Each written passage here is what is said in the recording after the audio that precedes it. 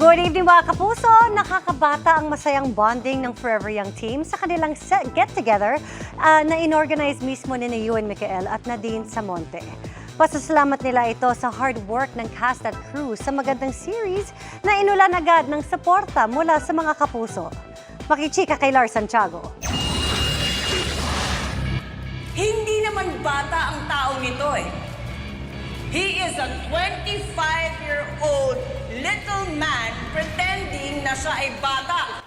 Dahil sa mainit na suporta at magandang feedback sa unang linggo ng bagong afternoon prime series na Forever Young, nag-host ng get-together sina Ewan Micael at Nadine Samonte para sa cast at production team. Pag andun ako sa set, parang second family ko na rin sila.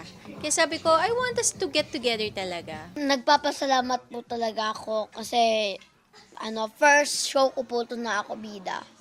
At sobrang saya ko po na pataas na po agad ang ratings. Salamat po sa mga taong nanood ng Forever Young.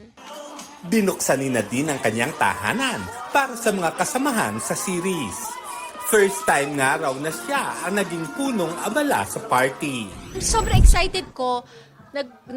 Kumuha ako ng mobile bar, kumuha ako ng ganyan. Kasi ang laging party dito is kiddie party.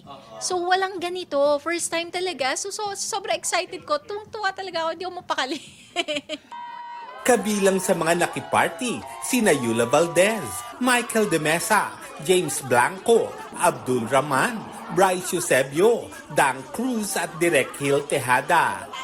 Bukod sa swimming, nag-enjoy din sa paglalaro ng billiard si Ewan kahit pa mas malalaki ang kanyang kalaban. Yung first time ko po kasi naglalaro ng billiard. Bata pa ako noon, pero hindi ako ganun kagaling, maliit lang na billiard.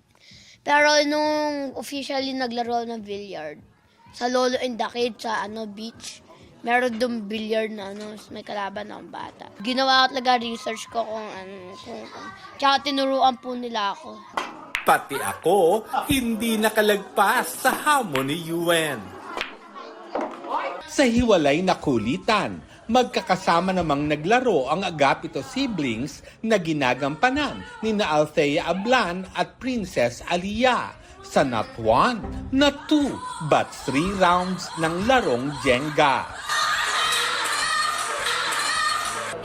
Abot-abot ang tilian, asaran at pagalingan ng magkakapatid na Agapito, lalo't walang papatalo.